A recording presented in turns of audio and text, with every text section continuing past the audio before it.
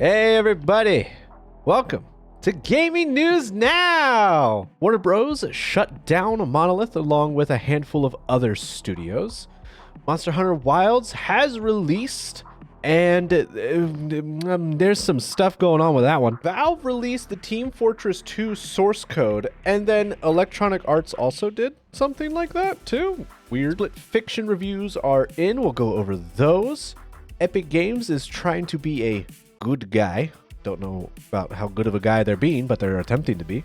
And Tencent's doing more Tencent shit, and it involves Dark Souls, our headline topic, which pretty much at this point, by the time that I'm getting to it, has been talked to death because it happened the day after I did my last stream.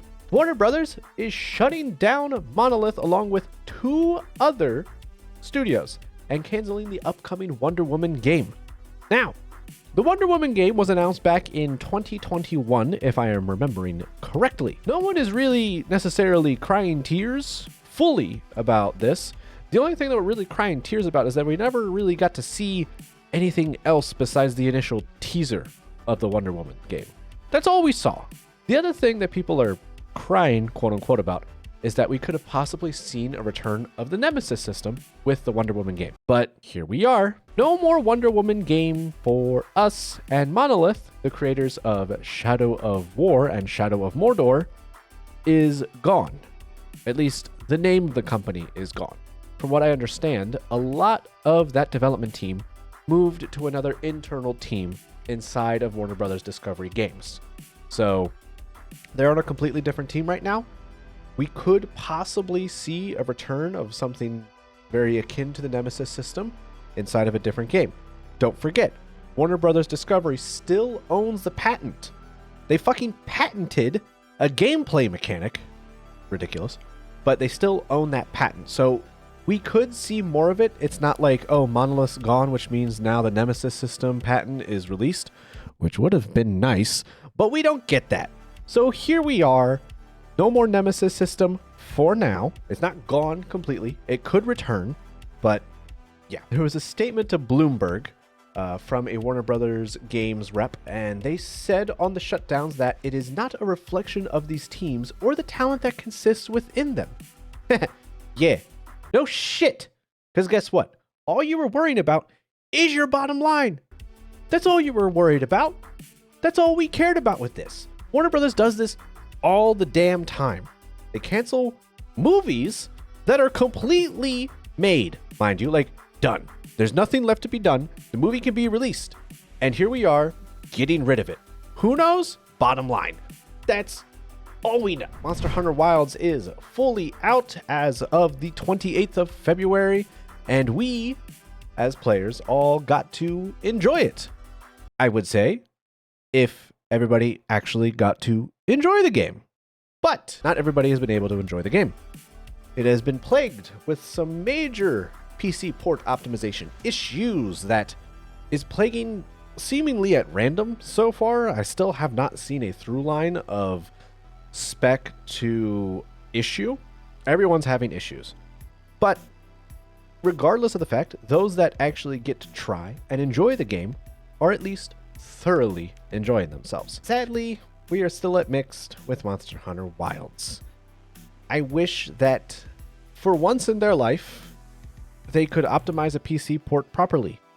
But we still seem to be getting it wrong day in and day out. And it's so frustrating. I have been able to play the game. I have been able to enjoy it. A friend of mine who is on a similarly spec'd rig is not able to enjoy the game.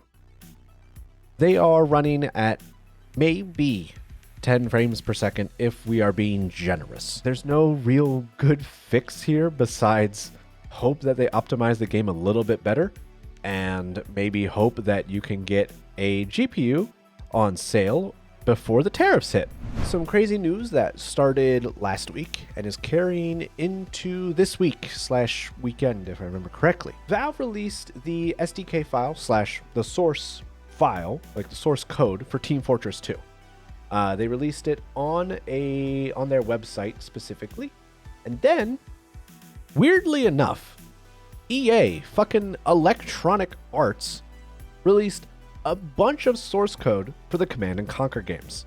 For those of you that don't know, Command and Conquer was a very popular RTS series back in the day.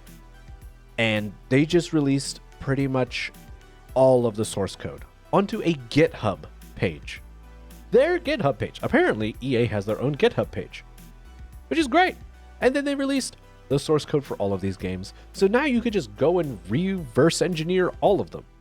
This is by far some of like the best news to be able to hear every time it happens. It's happened a couple different times with people releasing source code. I'm pretty sure id did it back in the day. I can't remember if it was for Doom or for one of their other games, but they released a source code for that back in the day. It's just great to see when companies do this, that we get to see all of these perfectly preserved games just out in the wild, and it just makes for good gaming in general, especially long term. People are able to update, they're able to fix things that maybe devs overlooked, and then the game maybe just gets a second life, which can happen in certain circumstances. And to be able to see something like that possibly happen for an EA game of all things is wild to me, and something that I hope we can see continue on as a trend in the gaming industry. Just please do it right. That's all I hope, and I hope we get to see way more of it, because that would just be so nice to see. Split Fiction review copies are out and about in the wild. We are seeing a bunch of reviews come in.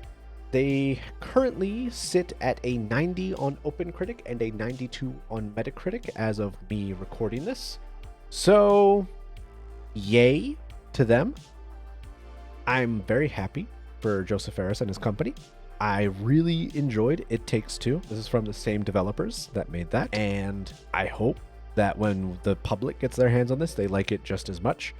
Hopefully we have another Game of the Year contender, and hopefully this is a good year for gaming. It's already shaping up to be that way. We got Monster Hunter Wilds, Split Fiction possibly being great, and Kingdom Come Deliverance 2. Like, people are eating good right now.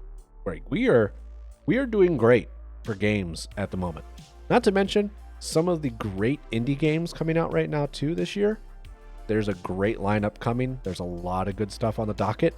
I'm going to be very happy for a very good period of time, and hopefully we get to see Split Fiction be among those. Currently, according to critics, it is, but we have to wait and see. This comes out on March 6th for the general public, so if you are interested, maybe go give it a wish list on Steam or your preferred store, and don't buy the pre-order. Wait for people to play it, not just critics. Always wait.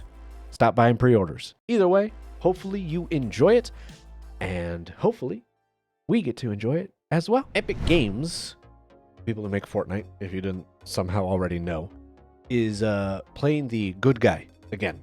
They are suing a player for allegedly selling hundreds of Fortnite accounts. Again, allegedly selling hundreds of Fortnite accounts. Isaac, who is the one in the lawsuit, is possibly not a good person. But at the same time, I can't sit here and act like I am not happy that, while I don't like that Epic Games is the one doing it, that account resellers are getting hit for something, at least, for the love of God. I get extremely tired of these guys, coming from a community that I enjoy PvP games. I enjoy them a lot.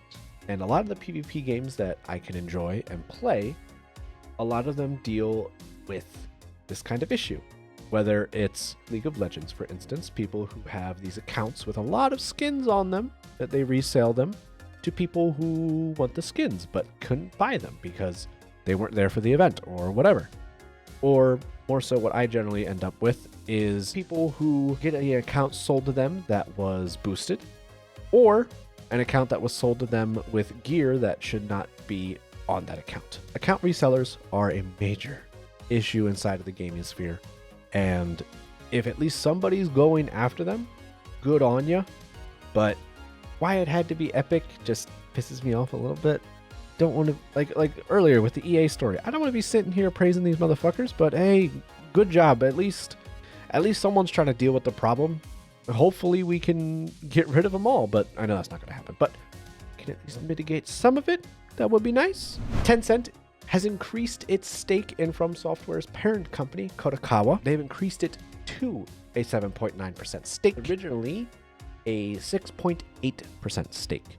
So they have dumbed it down, or dumbed it up. They have increased it to a 7.9% stake. Now, little asterisk here. That is still not a majority of the company.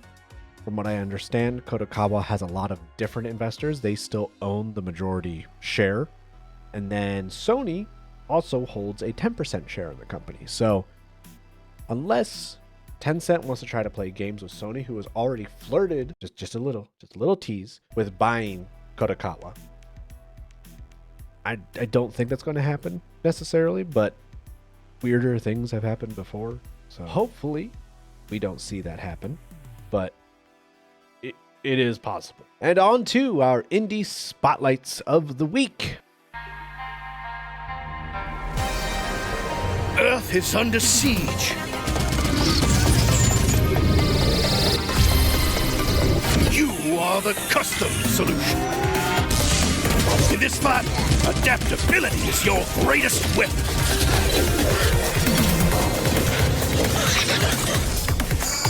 All right, and that is Chimera Custom XG. So, from what I understand, this is a little side-scroller co-op game with some light PvP aspects to it.